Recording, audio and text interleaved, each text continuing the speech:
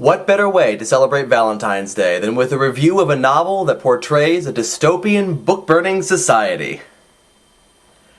And now you know why I'm single.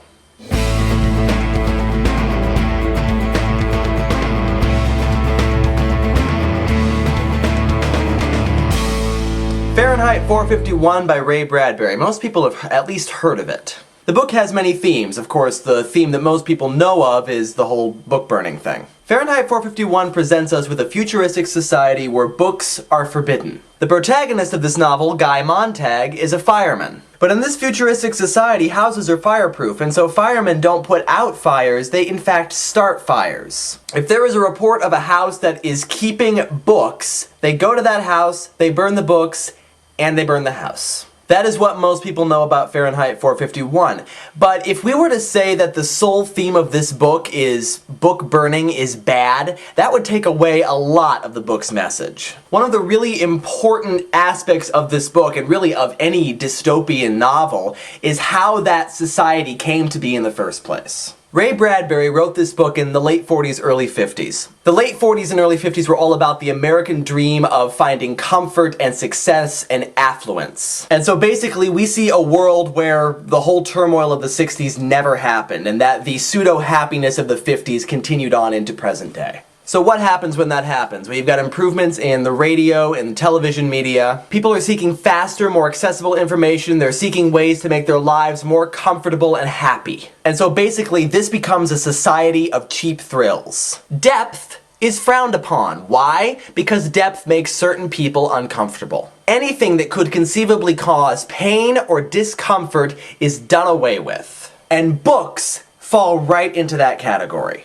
Because books in this society are people's way of telling us you're not smart enough. And so yes, in this society books are burned, but books are first ignored. And eventually the government just catches up and forbids books altogether. But this is only after the people have already accepted that books should be ignored. And so now, what is the driving force behind this dystopian society? In a lot of literature, dystopian societies come about because people are concerned about their safety. That is most certainly not the case with this book. There are hints of a war looming outside of this city, but nobody really seems to care. There is no longer a maximum speed limit, there is only a minimum speed limit. You can be arrested for driving under 55 miles an hour, but not for driving over 55 miles an hour. At the beginning of the novel, Montag's wife, Millie, overdoses on sleeping pills. And this happens because Montag's wife, thanks to this society, is such a complete dingbat that she keeps taking the sleeping pills because she forgets that she has already taken them. And for the people that come to cure her, to bring her back,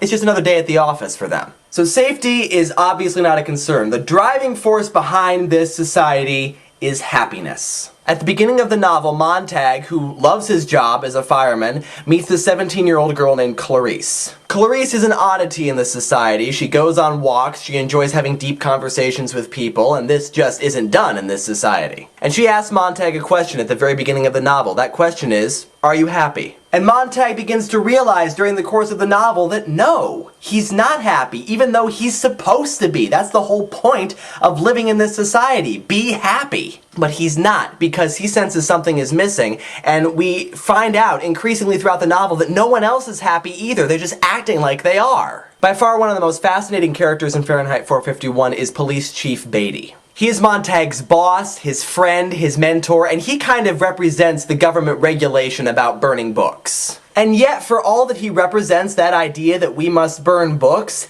he is a remarkably well-read man. He seems more intelligent than the others, more enlightened than the others, and he even quotes literature throughout the novel. There's a scene that Ray Bradbury wrote after the publication of this novel between Montag and Beatty, and it's in an afterword in this particular edition of the novel. In this scene, Beatty brings Montag to his apartment, and we find out that Beatty's apartment is full of books, but he has not read any of them. The crime in this society is not owning books, but reading them, and so Beatty is allowed to keep his books as long as he never cracks one open and actually reads it. As the scene goes on, we learn that Beatty was, at one time, an avid reader. But then he found out that life is full of pain and woe and disappointment, and that all the reading in the world is not going to change that. And so he turned his back on books, and when the burning of libraries first started, he became a fireman and he joined them. Beatty represents the paradox of the society itself. He has come to believe that he does not need books in order to find satisfaction, but some part of him inside knows that this is not true. The book lover Beatty is still in there and still fighting, and it is making Beatty absolutely miserable.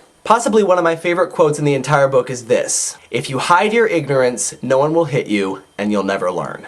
Beatty and this dystopian society have been hiding their ignorance. They don't believe they need these books. They believe that they know everything that they need to know. They don't want to admit that there are some things they don't know because that will ultimately make them unhappy, and this is unacceptable in this new society. And so by hiding that ignorance, by hiding the fact that there are things that they don't know, they are ensuring that nobody is going to hit them. They are keeping themselves from being hurt, but at the same time, they're not learning.